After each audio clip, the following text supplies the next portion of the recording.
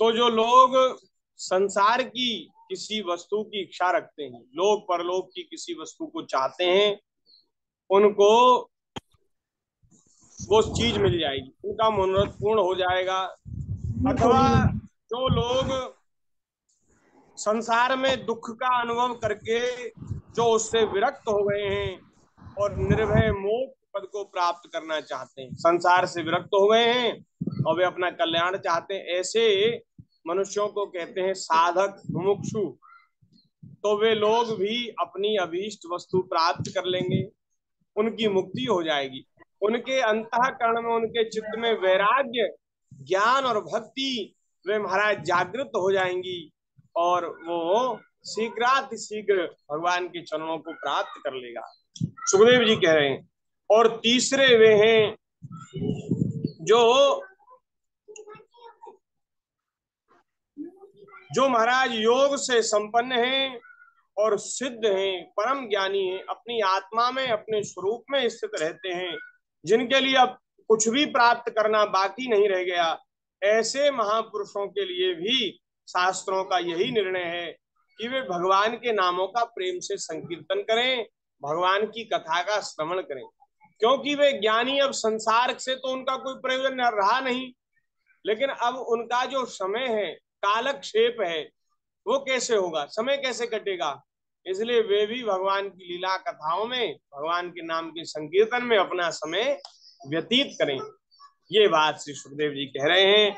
अपने कल्याण साधन की ओर से असावधान रहने वाले पुरुष की वर्षों लंबी आयु भी अनजाने में बीत जाती, व्यर्थ बीत जाती है, उससे क्या लाभ। लेकिन हे परीक्षित, यदि ज्ञान पूर्वक बिताई हुई 2 घड़ी भी श्रेष्ठ हैं।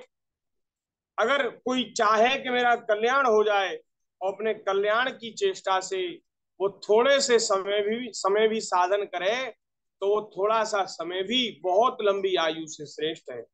क्योंकि बहुत लंबी आयु, उसमें कोई साधन तो बना नहीं, वो व्यर्थ ही बीत गई, उससे तो नाना प्रकार के पाप कर्म ही बने। और जो आयु अपने कल्याण के लिए थोड़े से समय में भी हमने बिताया, समय थोड़ा भी कल्याण के साधन में, तो वो श्रेष्ठ है। हे परीक्षित, तुम चिंता मत करो, तुम्हारे पास तो 7 दिन की आयु है। अरे राजर्षि खटवांग, जब उन्हें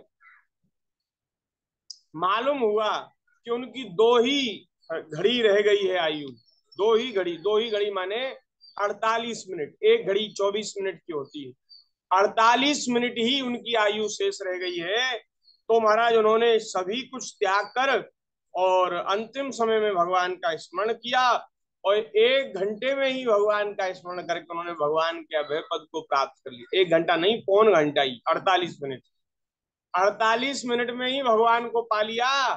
ठाकुर जी को प्राप्त करना कठिन नहीं है, बहुत ज्यादा असंभव नहीं है, कठिन नहीं है, बहुत सरल है। थोड़े से समय में भगवान मिल जाए, लेकिन हमारी लालसा जो है वो दृढ़ होनी चाहिए, हमारी निष्ठा परिपक्व होनी चाहिए। खटवांग जी को भगवान मिल गए, इसलिए हे परीक्षित, तुम्हारे जीवन की अवधि 7 दिन की है, इस बीच में तुम्हें अपने परम कल्याण के लिए सब कुछ कर लेना चाहिए, भगवान का भजन करना चाहिए। अब श्री सुखदेव जी कह रहे हैं कि जिसका अंतिम समय आ जाए निकट, उसको घबराना नहीं चाहिए, उसे चाहिए कि वैराग्य के शस्त्र से शरीर और उससे संबंध रखने वालों के प्रति ममता को काट डाले, धैर्य के साथ घर से निकल करके पवित्र तीर्थ के जल में स्नान करे और एकांत स्थान में विधि पूर्वक आसन लगाकर बैठ जाए। जब ये मालूम हो जाए कि मृत्यु निकट है, तो घर का त्याग करके पवित्र तीर्थ में स्नान करके एकांत में आसन लगा करके बैठ जाए और वहां भगवान का स्मरण करे, ठाकुर जी के नाम का जप करे, प्राण वायु को वश में करके मन का दमन कर ले, एक क्षण के लिए भी भगवान के नाम को न भूले, अथवा प्रणव प्रणव का जाप करे, बुद्धि की सहायता से मन के द्वारा इंद्रियों को उनके विषयों से हटा ले और कर्म की वासनाओं से चंचल हुए मन को विचार के द्वारा रोककर भगवान के मंगलमय रूप में लगावे, भगवान के श्री विग्रह का ध्यान करे। नाम जपते जपते भगवान का ध्यान करना चाहिए। और भैया यदि ऐसा अंतिम समय में हो गया तो भैया फिर तो आनंद से मन भर जाता है। और उस समय अंतिम समय में जो स्मृति होती है उससे भगवान के चरणों की प्राप्ति हो जाती है। सारे कर्म बंधन क्षीण हो जाते हैं, पाप पुण्य सब नष्ट हो जाते हैं और भगवान के धाम की प्राप्ति होती है। परीक्षित जी ने इस बारे में प्रश्न किया, ब्राह्मण धारणा किस साधन से किस वस्तु में किस प्रकार की जाती है, उसका क्या स्वरूप माना गया है जो शीघ्र ही मनुष्य के मन का मैल मिटा दे। धारणा, धारणा ध्यान को ही धारणा कहते हैं। तो धारणा करने की, ध्यान करने की विधि सुखदेव जी महाराज बता रहे हैं। सबसे पहले तो ये जो समस्त स्थूल सृष्टि है ये भगवान का स्वरूप है। सुखदेव जी कह रहे हैं कि सारी सृष्टि में ही भगवान का ध्यान करना चाहिए। जल अग्नि वायु आकाश अहंकार, ये महतत्व और प्रकृति, इन 7 आवरणों से घिरे हुए इस ब्रह्मांड शरीर में जो विराट पुरुष भगवान हैं वे ही धारणा के आश्रय उनकी धारणा की जाती है। पाताल भगवान के तलवे हैं, उनकी एड़ियां और पंजे रसातल हैं। दोनों गुल्फ एड़ी के ऊपर की गांठें महातल हैं, उनके पैर के पिंडे तलातल हैं। विश्व मूर्ति भगवान के दोनों घुटने सुतल हैं, जांघें वितल और अतल हैं। जो 14 लोक हैं वे भगवान के, जो विराट भगवान का जो शरीर है उसमें 14 लोकों की कल्पना की गई है। तो सभी लोक वे भगवान के स्वरूप हैं। इसलिए ये जो स्थूल प्रकृति है इसमें भगवान का दर्शन करना चाहिए। और नेत्र बंद करके जब आंख खोलो तो सारे संसार में भगवान, और जब नेत्र बंद किए जाएं तो नेत्र बंद करके जो भगवान का चतुर्भुज रूप है अथवा जो भगवान श्री कृष्ण का द्विभुज रूप है, जिस स्वरूप में आपकी आसक्ति है, प्रीति है, उस स्वरूप का, सुंदर स्वरूप का ध्यान मन में करना चाहिए। यदि ऐसे ध्यान न बने तो भगवान की छवि जो हमें सुंदर लगती है वो अपने आगे रख करके समान आसन पर, गर्दन टेढ़ी न करनी पड़े, इस ऐसे समान आसन पर रख करके और भगवान के स्वरूप को देखते हुए, एक एक अंग को बड़ी बारीकी से देखते हुए और भगवान के स्वरूप का स्मरण करना चाहिए। तो इस प्रकार से भगवान के स्थूल और सूक्ष्म रूपों का ध्यान करते हुए जो अपने शरीर का त्याग करते हैं उनको महाराज सद्य मुक्ति मिल जाती है। क्रम मुक्ति और सद्य मुक्ति 2 प्रकार की मुक्ति होती है, उनको मिल जाती है और उन्हें फिर जन्म मरण के चक्कर में नहीं पड़ना पड़ता। जब मृत्यु के चक्र से छूट जाते हैं, भगवान के चरणों की प्राप्ति कर लेते हैं। पर आज के सत्संग में जी उनमें देखने की सूर्य है, दोनों पलकें रात और दिन हैं, उनका भू विलास ब्रह्मलोक है, तालु जल है और जिव्या रस है। भगवान का जो तालु है वो जल है और जिव्या है, रस है। वेदों को भगवान का ब्रह्मरंध्र कहते हैं और यम को दाढ़ें, सब प्रकार के स्नेह जो है वो दांत हैं और उनकी जो मुस्कान है ना वो भगवान की माया है। जगन मोहिनी जो माया है वो भगवान की मुस्कान है। यह अनंत सृष्टि उसी माया का कटाक्ष है, विक्षेप, कटाक्ष विक्षेप है। लज्जा ऊपर का होठ है और लोभ नीचे का होठ है। धर्म स्तन और अधर्म पीठ है। भगवान का, भगवान की पीठ ही अधर्म है। अधर्म भी भगवान के शरीर में है, पीठ है, अधर्म है। और महाराज प्रजापति उनके मूत्रेंद्रिय हैं, मित्रावरुण अंडकोश हैं, समुद्र कोक है और बड़े बड़े पर्वत उनकी हड्डियां हैं। राजन विश्वमूर्ति विराट पुरुष की नाड़ियां नदियां हैं। वृक्ष जो है वो रोम है, शरीर के जो रोम होते हैं वो वृक्ष हैं।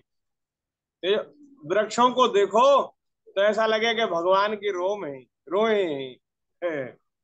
आहा, नदियों को देखो तो भगवान की नाड़ियां हैं, पर्वतों को देखो तो भगवान की हड्डियां हैं, सब भगवान का स्वरूप है। हे परीक्षित, बादलों को उनके केस माना जाता है। बादल जो है वो भगवान के केश हैं। काली घटा। संध्या उन भगवान का वस्त्र है। केश उनके काली घटा। हाँ, संध्या उन भगवान का वस्त्र है। महात्माओं ने अव्यक्त को ही उनका हृदय बतलाया है। सब विकारों का खजाना उनका मन चंद्रमा कहा गया है। भगवान का मन चंद्रमा है। और महाराज ये जो समय है, काल है, यही उनकी चाल है। भगवान जो चलते हैं तो ये काल ही उनकी चाल है, और गुणों का चक्कर चलाते रहना ही उनका कर्म है। महतत्वों को सर्वात्मा भगवान का चित्त कहते हैं, और रुद्र उनके अहंकार कहे गए हैं। शंकर जी भगवान के अहंकार हैं रुद्र। घोड़े, खच्चर, ऊंट, हाथी उनके नख कहे गए हैं, भगवान के नख हैं। अच्छा। वन में रहने वाले सारे मृग और पशु उनके कटि प्रदेश में स्थित हैं। तरह तरह के पक्षी उनके अद्भुत रचना कौशल हैं। जो छोटे छोटे बच्चे महाराज ड्राइंग बनाते हैं ना, पेंसिल से ड्राइंग बनाते हैं, टेढ़ी सूधी पशु पक्षियों की वो बना देते हैं पेंटिंग। ऐसे ही ठाकुर जी हमारे जो रचना करते हैं, तो ये जो पक्षी हैं, तो पक्षी भगवान की अद्भुत रचना है। रचना करने बैठते हैं तो बढ़िया सुंदर सुंदर पक्षी बना देते हैं। मोर बना देते हैं, तोता बना देते हैं, हंस बना देते हैं, सारस बना देते हैं, कोयल बना देते हैं। महाराज क्या बढ़िया ठाकुर जी रचना करते हैं। ये भगवान की रचना है। ये भगवान की ड्राइंग है। हाँ, स्वयंभू मनु उनकी बुद्धि है, और मनु की संतान मनुष्य उनके निवास स्थान है। मनुष्य जो है वो उनके निवास स्थान है। हम लोग भगवान के निवास, हमारे अंतःकरण में भगवान रहते हैं। मनुर्मनीषा मनुजो निवास, ये भगवान के रहने का मंदिर है मनुष्य शरीर। इसलिए मंदिर को हमें साफ स्वच्छ रखना चाहिए। ऐसी कोई वस्तु अंदर न जाए जिससे हमारे अंतःकरण की पवित्रता नष्ट हो। मन मन मंदिर जो है वो मलिन हो जाए, ऐसी कोई चीज भीतर, न आंख के माध्यम से, न कान के माध्यम से, न मुख के माध्यम से कोई चीज भीतर नहीं जानी चाहिए, क्योंकि भीतर भगवान रहते हैं। अंतःकरण में भगवान रहते। मनुजो निवास, भगवान के रहने के स्थान मनुष्य हैं। गंधर्व, विद्याधर, चारण, अप्सराएं ये स्वरों की स्मृति हैं। दैत्य उनके वीर हैं। ब्राह्मण मुख हैं, क्षत्रिय भुजाएं हैं, वैश्य जंगाएं हैं, शूद्र उन विराट पुरुष के चरण हैं।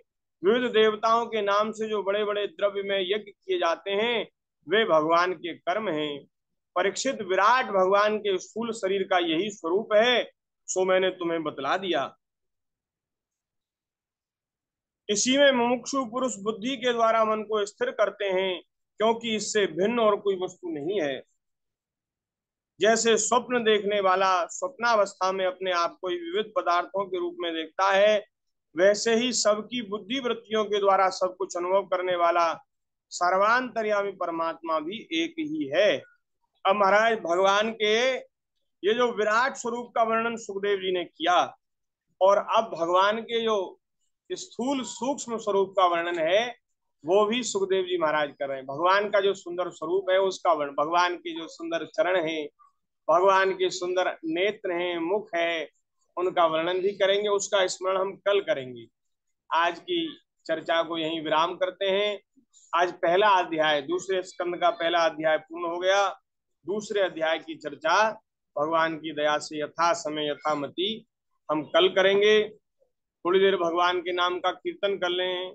गोविंद जय जय गोपाल जय जय, गोविंद जय जय जय गोपाल जय जय, राधा रमण हरि गोविंद जय जय, राधा राधा रमन हरि गोविंद जय जय। सभी अपना माइक खोल लें।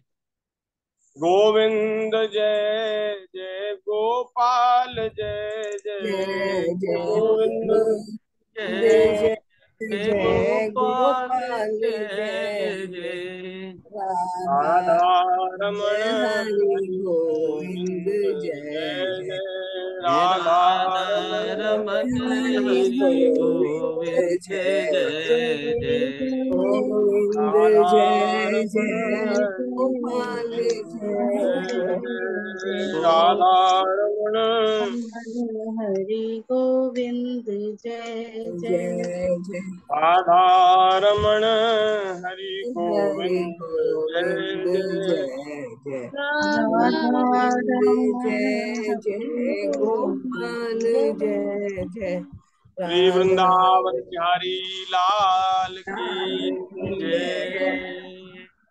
एक महाराज संत हुए श्री काहू को शरण, काहू को शरण, शंभु गिरिजा गणेश शेष, काहू को शरण है कुबेर ऐसे धोरी को।